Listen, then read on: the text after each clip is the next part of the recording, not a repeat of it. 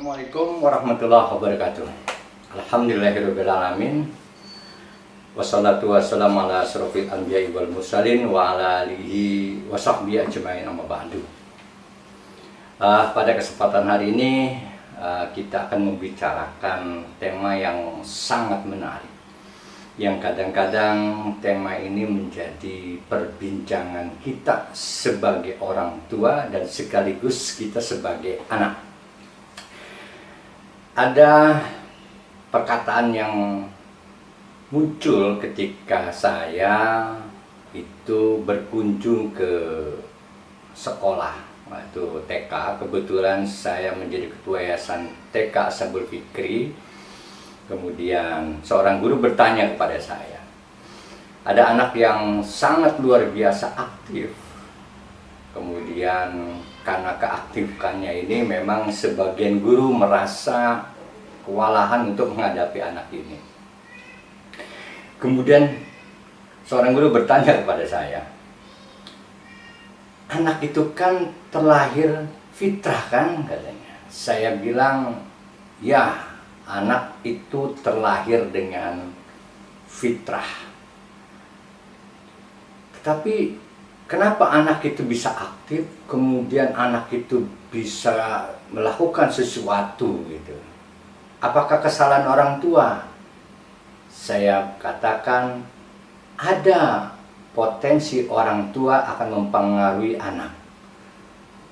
Tapi fitrah itu suci kan? Setiap orang pasti suci. Nah, ini yang perlu saya jawab secara hati-hati karena memang fitrah itu bukan suci gitu loh. Makanya sehingga ada istilah Hari Raya Idul Fitri. Hari Raya Idul Fitri itu bukan hari raya kesucian, jadi kita kembali suci, tapi Hari Raya Idul Fitri itu maknanya hari raya yang kita setelah melakukan puasa selama 30 hari, kembali kita boleh makan dan minum. Makanya ada dua istilah yang perlu kita pahami. Pertama ada istilah fitri dan fitrah. Ini agak beda. Kalau fataro, yaftaru itu artinya makan, boleh makan. Kalau fitrah, nah itu artinya adalah menguak tabir. Jadi makna ini menjadi beda. Makanya kalau hari raya Idul Fitri itu berarti kita hari raya boleh makan setelah kita mengalami puasa dalam 1 bulan. Tetapi kalau manusia terlahir fitrah itu saya sepakat bahwa memang manusia terlahir fitrah. Jadi fitrah memang setiap anak terlahir fitrah, dan fitrah itu bukan suci dan bukan kosong, sehingga anak itu tidak memiliki apa-apa, jadi terlahir kosongan, sehingga bapak ibunya yang menulis. Padahal fitrah itu maknanya kita dilahirkan itu dengan seperangkat kemampuan yang ada di dalam dirinya. Bukankah orang terlahir itu dari seorang bapak dan ibu mewariskan genetik dari keduanya? Artinya di dalam diri anak itu telah mengalir kecerdasan-kecerdasan yang sudah dimiliki dari orang tua dan leluhurnya. Maka anak kecil yang terlahir itu tidak kosongan, tetapi dengan seperangkat kemampuannya. Sehingga kita harus mampu, karena dia memiliki seperangkat kemampuan, sehingga secara naluri anak kecil akan mengetahui apa yang harus dilakukan. Tanda-tanda yang dimiliki oleh anak kecil itu memang orang tua harus paham, anak ini sedang mau apa gitu. Jadi seorang anak kecil itu yang terlahir dengan seperangkat kecerdasannya dan keahliannya. Tinggal itu karena bentuknya potensi, sehingga orang tuanya lah yang mampu menggali potensinya, menggali kemampuannya agar anak itu memiliki kesadaran dan kemampuan yang lebih, karena dibangun oleh orang tua yang paham akan kemampuan anaknya. Jadi di sini saya ingin katakan bahwa seseorang itu akan mengalami fase-fase perubahan-perubahan dalam kehidupannya. Tetapi perubahan yang alami itu adalah perubahan yang harus sesuai dengan fitrahnya. Fitrah sebagai manusia. Ini kadang-kadang semakin kita dewasa, semakin kita besar, fitrah kemanusiaannya hilang dari diri kita. Fitrah tentang kebenarannya hilang dalam diri kita. Karena kita lebih sibuk untuk mengejar sesuatu yang tidak penting-penting banget. Misalnya fitrahnya manusia itu adalah tentang kasih sayang. Seseorang itu secara fitrah, secara naluri akan memberikan kasih sayang kepada manusia yang lain, kepada makhluk hidup yang lain. Sehingga kalau melihat sesuatu yang tidak benar, yang menyakiti siapapun, maka secara fitrah manusia itu akan menolongnya. Misalnya, kita dalam sebuah perjalanan, misalnya kita bawa kendaraan, bawa mobil, kemudian kita berhenti di persimpangan jalan, kita menemukan seseorang yang kedinginan karena kehujanan. Secara naluri, secara fitrah kita itu akan melihat orang itu dengan penuh kasih sayang dan kasihan. Panggilan fitrah itu harusnya dilanjutkan, jangan sampai berhenti kita hanya kasihan. Tetapi kita turun dari mobil, kita bawakan mungkin payung ataupun jas hujan ataupun apa yang mampu melindungi orang yang tadi di perempatan jalan itu supaya tidak kedinginan dan kehujanan. Tapi kalau kita berhenti untuk tidak membantu, maka fitrah kita sudah kita tutupi dengan ego kita. Jadi ingin saya katakan gini, kalaulah ada panggilan kebaikan, cenderung kebaikan, itu berarti kita sudah menjalankan fitrahnya. Atau kita misalnya, ada anak kecil atau seseorang membaca Al-Quran, kemudian membacanya salah. Karena kita sudah punya ilmu tentang membaca Al-Quran, kita harus membenarkan.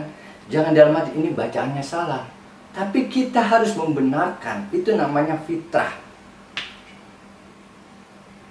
Jangan hanya mendagang, dia salah. Tapi tunjukkan kesalahannya dan tunjukkan juga kebenarannya. Jangan sampai kita menyalahkan seseorang, tapi kita tidak menunjukkan sebuah kebenaran.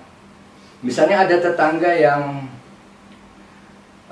kekurangan makan, atau saudara atau sahabat kita yang merasa ekonominya kurang, kemudian kita merasa terpanggil untuk membantu. Jangan berhenti kita kasih, itu saudara saya belum punya uang, itu teman sahabat saya belum punya makanan, kasihan deh ya. Sebenarnya kita sudah mendapatkan sinyal dari Allah, sudah memiliki fitrah bagaimana kita harusnya menolong. Tetapi karena kita berhenti pada kasihan, sehingga tangan ini tidak mampu untuk bisa melanjutkan fitrah manusia untuk menolongnya. Kalaulah ada saudara kita yang butuh makan, ya kita kasih makan. Kalaulah ada tetangga ataupun sahabat kita yang kekurangan, ya kita bantu kekurangannya itu. Jangan berhenti ketika ada panggilan-panggilan kebaikan muncul dari kita. Kalaulah kita, makanya kita ini sering sekali menutupi itu, sehingga dalam waktu yang lama kita akan menjadi orang-orang yang kebal terhadap panggilan-panggilan fitrah kebenaran itu. Dia tidak peka lagi bagaimana melihat tetangganya yang kekurangan. Dia tidak peka lagi bagaimana saudaranya itu merasa tersisih dan kekurangan uang. Dia tidak lagi peka lagi bagaimana menghadapi bangsa ini, sehingga semua harus dibeli dengan uang. Gunakan nuranimu, maka ada istilah nurani. Nur itu, jadi di dalam diri manusia itu ada namanya receiver atau penerima dari sebuah kebenaran, yaitu adalah hati. Dan hati yang disinari oleh cahaya kebenaran cahaya ilahi itu namanya nur, nurani. Nurani itu ada dua kata sebenarnya, nur dan ani. Nur itu adalah cahaya, ani adalah cahayaku, kata Allah. Kalau seseorang mendapatkan detikan ataupun seberkas cahaya untuk menolong, untuk membantu orang, jangan berhenti, lakukan itu. Kadang-kadang kita berhenti, mendengar azan kita tidak lanjutkan untuk melangkah sholat ke masjid. Atau mendengar seseorang yang butuh pertolongan, kita hanya bilang kasihan. Ada seseorang yang berjuang habis-habisan untuk menegakkan peradaban dan pengembangan pendidikan, kita hanya, itu sudah keputusannya, maka tidak perlu dibantu, karena keputusan dia harus ambil resiko itu. Tidak juga begitu. Sesungguhnya kita ingin sekali menolong sahabat kita. Sesungguhnya kita ingin sekali menolong saudara kita. Sesungguhnya kita ingin sekali menolong siapapun yang merasa kekurangan, yang belum baik-baik saja. Sesungguhnya kita ingin menolong. Getaran atau vibrasi dalam diri kita itu sesungguhnya ingin sekali menolong itu. Dan ketika ada getaran itu adalah fitratul Islam. Kita sudah mendapatkan berkasan cahaya nurani. Nurani itu nurani. Nur itu cahaya, ani itu dari saya. Maka cahaya itu sudah masuk ke dalam relung hati kita. Jangan sampai berhenti cahaya itu kita nikmati sendiri. Tapi kita harus melakukan sesuatu tindakan untuk mengatakan, ya ini adalah cahaya dari Allah. Maka bantulah saudaramu, bantulah tetanggamu, bantulah makhluk hidup yang lain. Karena sesungguhnya dalam kehidupan itu bukan hanya yang perlu kita bantu adalah manusia. Kita perlu bantu juga, membantu, menolong, bersedekah. Bukan hanya kepada manusia, tapi juga bersedekah kepada alam semesta. Bersedekah kepada binatang-binatang, bersedekah kepada tumbuh-tumbuhan. Mungkin satu butir gula untuk manusia, menolong manusia itu adalah sangat kecil. Tapi satu butir gula kalau kita berikan kepada semut menjadi sangat luar biasa. Sesuatu yang remeh itu biasanya akan menjadi sesuatu yang besar.